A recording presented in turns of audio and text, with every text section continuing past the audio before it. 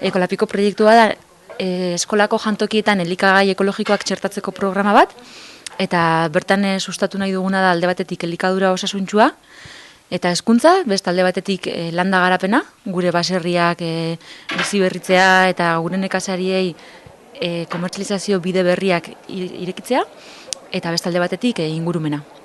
3 ardatz izango ziren, orokortasun batekin aurrera eraman nahi ditugunak. Nekazaritza ekologikoaren ezagutza eman nahi dugu ere.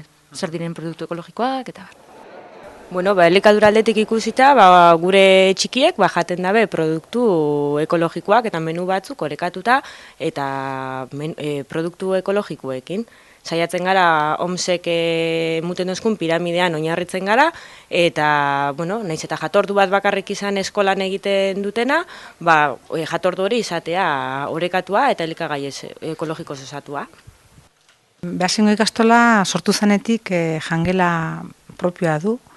Beti geuk egin dugu bai erosketak eta baita prestaketa, eguneko prestaketa, eta sekula ez dugu erabili catering zerbitzu bat.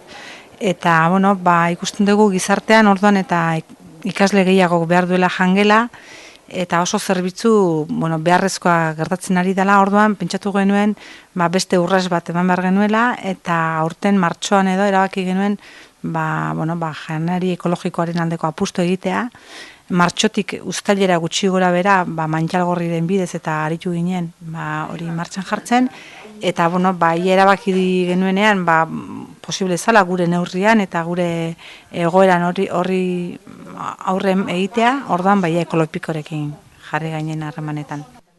Harrera ona izan du, esan deten bezala lehen frogaldi bat izan du, eta gainea harrera ona baita hainbat gurasok ere parte hartu nahi duelako proiektu honetan, eta guraso talde bezala ere lan egin nahi du, eta gurasoekin batera antolatu dugu, orain arteko antolatu duguna ere.